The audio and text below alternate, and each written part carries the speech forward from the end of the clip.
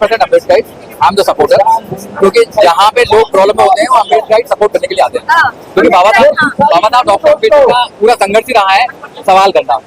अगर कहीं गलत हो रहा है तो उसके खिलाफ आवाज उठाना। अगर कोई भी व्यक्ति आवाज उठा रहा है, सही आवाज उठा रहा है, एजुकेशन की आवाज उठा रहा है, तो अम्बेडकरवादी लोगों का ये कहना है कि मैं उत्तर प्रदेश कम से कम बीइंग अ लॉयर, तो मैं बच्चे तो विदेश में जाके पढ़ेंगे और गरीबों के किसानों के बच्चे यहाँ पढ़ेंगे, सब करेंगे, मगर पेपर लीक करवा देंगे, नंबर कटवा देंगे, इंटरव्यू में करवाएंगे। एजुकेशन के नाम पर लोगों को घेर रहे हैं और मिड डे मील दे देते हैं उनको खाने के लिए। खाली ताली बजाइए और घर जाइए, एजुकेशन प्रोवाइड नहीं कर रहे हैं।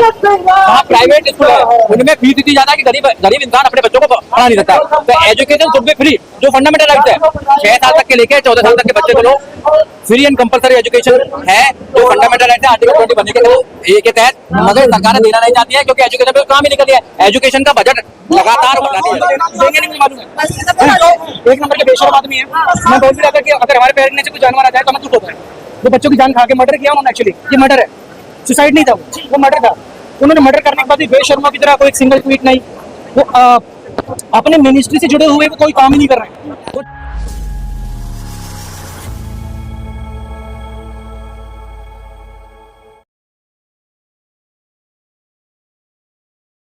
ये भी अम्बेडकर राइट है। बाबा साहेब और गांधी को एक साथ लेकर चल रहे हैं। I am 100% Ambedkar I am the supporter, क्योंकि जहाँ पे लोग प्रॉब्लम में होते हैं वो अम्बेडकर सपोर्ट करने के लिए आते हैं। क्योंकि बाबा साहब डॉक्टर अम्बेडकर का पूरा संघर्ष ही रहा है सवाल करना। अगर कहीं गलत हो रहा है तो उसके खिलाफ आवाज उठाना।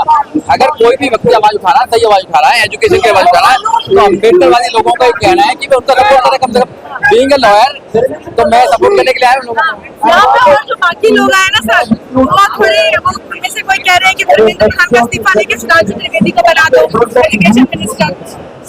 नहीं, देखो ऐसा है कि एक को इस्तीफा दिला के दूसरे को बनाएंगे तो कुछ होने वाला नहीं है। सिस्टम को चेंज होनी चाहिए, system should be the change, ये होना चाहिए। क्योंकि एजुकेशन जो है का एजुकेशन में जो चीजें हुई है और जो प्रदर्शन अभी इतने लंबे समय तक चल रहा है, आपको लगता है कि हल्की चमड़ी है इनकी नहीं, चमड़ी तो मोटी हो चुकी है। चमड़ी बहुत मोटी है, पर लोगों के सामने झुकना पड़ता है सरकारों को। ये आपको मानना पड़ेगा जो एजुकेशन का मुद्दा है। अगर आप प्रोग्रेस देते जाते हैं, if you want to see the progress, so you want to see the progress of the education in any society. अगर सोसाइटी में एजुकेशन नहीं है और एजुकेशन पेपर लीक हो रहे हैं, तो फिर लोगों को सामने आना पड़ेगा, नौजवानों को सामने आना पड़ेगा, उनको सीरियसनेस से अपनी बात रखनी पड़ेगी। क्योंकि education is the foundation of any person.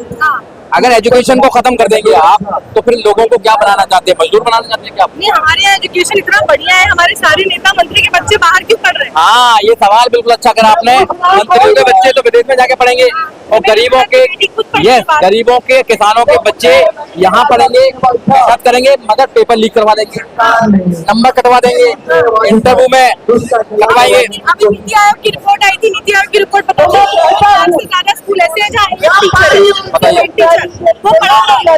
हम लोग तो रात दिन इस पर काम कर रहे हैं एजुकेशन पे। तो गांव में जाके देखिए, एजुकेशन नहीं दे रहे हैं, एजुकेशन के नाम पर लोगों को घेर रहे हैं और मिड डे मील दे देते हैं उनको खाने के लिए। खाली ताली बजाइए और घर जाइए, एजुकेशन प्रोवाइड नहीं कर रहे हैं। वहाँ प्राइवेट स्कूल है, उनमें फीस इतनी ज्यादा है कि गरीब इंसान अपने बच्चों को पढ़ा नहीं सकता। तो एजुकेशन शुड बी फ्री, जो फंडामेंटल राइट है। 6 साल तक के लेके 14 साल तक के बच्चे को लोग फ्री एंड कंपलसरी एजुकेशन है, जो फंडामेंटल राइट है आर्टिकल 20 बनने के तहत, मगर सरकार देना नहीं चाहती है क्योंकि एजुकेशन पे काम ही निकल गया है। एजुकेशन का बजट लगातार बढ़ाती जा रही है। और भी हमारे साथ कई उनसे भी जरा बात करने की राय ले। आप लोग बन के आए आज? हाँ, मैं कांग्रेस बन के तो नहीं आया, लेकिन आई कि जिस प्रकार से हमारे जज साहब ने बोले थे कि कॉकरोच हो हम लोग, तो हमें उसके अगेंस्ट बोलना था, हमें उसका एक्सेप्ट नहीं करना था। कोई तुम्हें ज्यादा गाली दे तो हम उसका एक्सेप्ट नहीं करते, हम उसका विरोध करते हैं। तो कॉकरोच बनने वाला कॉन्सेप्ट तो बेकार था। अच्छा है, हाँ ये ठीक है। मतलब अगर तुम्हें कोई गाली दे रहा है कोई, तो तुम मुझे गाली क्यों दे रहा है? वाली थ्योरी है कि कोई मेरे दिमाग में कचरा डालेगा, मैं डालने दूंगा तब डालेगा ना, मैं डालने नहीं दूंगा तो नहीं डालेगा। उन्होंने कांग्रेस बोला, हमने कांग्रेस की खूबियां इंक्लूड की। पावरफुल, कांग्रेस में स्ट्रेंथ होती है, वो किसी भी सिचुएशन में सरवाइव कर सकता है। We are like that. नहीं, ऐसा नहीं है। देखो खाली खूबियां ही है, फिर वो कॉकरोच तो फिर भी कॉकरोच है ना। अरे उसको इज्जत मिल रही है अरे थोड़ी। भाई क्यों देने इज्जत यार? ह्यूमन स्पीशीज जो है वो पूरे धरती पर जितनी स्पीशीज है ह्यूमन सबसे सुपीरियर है, हमें वही रहने दो। दिल्ली मोदी हमें ने जानवर बब्बर शेर पाला है खुद ने। हाँ तो बब्बर शेर पिंजरे में रहते हैं ना वो एक्चुअली, वो आरएस के पिंजरे के अंदर है अभी, ठीक है। उनसे बढ़िया तो लोमड़ी होती, जब बाहर रहती है लोमड़ी होती पकड़ता नहीं है, ठीक है।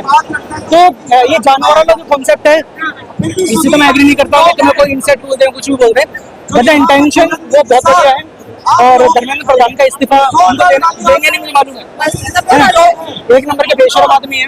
मैं बोल भी रहा था कि अगर हमारे पैर के नीचे कोई जानवर आ जाए तो हमें दुख होता है। वो बच्चों की जान खा के मर्डर किया उन्होंने, एक्चुअली ये मर्डर है, सुसाइड नहीं था वो मर्डर था। उन्होंने मर्डर करने के बाद भी बेशर्मों की तरह कोई एक सिंगल ट्वीट नहीं, वो अपने मिनिस्ट्री से जुड़े हुए वो कोई काम ही नहीं कर रहे हैं। वो ट्वीट कर रहे हैं कि पर्यावरण को लेकर, ट्वीट कर रहे हैं मोदी की तारीफों को लेकर। कोई कितना बेशर्म हो सकता है? अगर किसी को बेशर्मी की क्लास लेनी हो तो धर्मेंद्र प्रधान जी जो जिंदाबाद है उनके ट्विटर हैंडल पर जाकर वहां से सीख सकते हो आप। ये शायद वही कारण है उनके अभी तक उनकी कुर्सी पर बने रहने का। नहीं, ये तो आपको पूरी एंटायर बीजेपी में मिलेगा। और एंटायर इतना बड़ा चाटुकार, उतना बड़ा देखो, रेलवे मंत्री ने इस्तीफा दिया, कितने लोग मरे, ठीक है। हेल्थ मिनिस्टर ने दिया, कितने लोग मरते हैं हर साल ऑक्सीजन की वजह से। कोविड के टाइम पर हमने देखा। उसके बाद फिर एविएशन फील्ड में देखा हमने किस प्रकार से लापरवाही होती है। तो ये काम होता है, ये बेशर्म लोग हैं, ये नहीं देंगे इस्तीफा। बट हाँ, ये कि हम अपनी आवाज को बोलना बंद नहीं करेंगे, सबको बोलना चाहिए। बोलना चाहिए। और देखिए यहाँ पे आज कुछ अलग तरीके के लोग भी आ रहे हैं।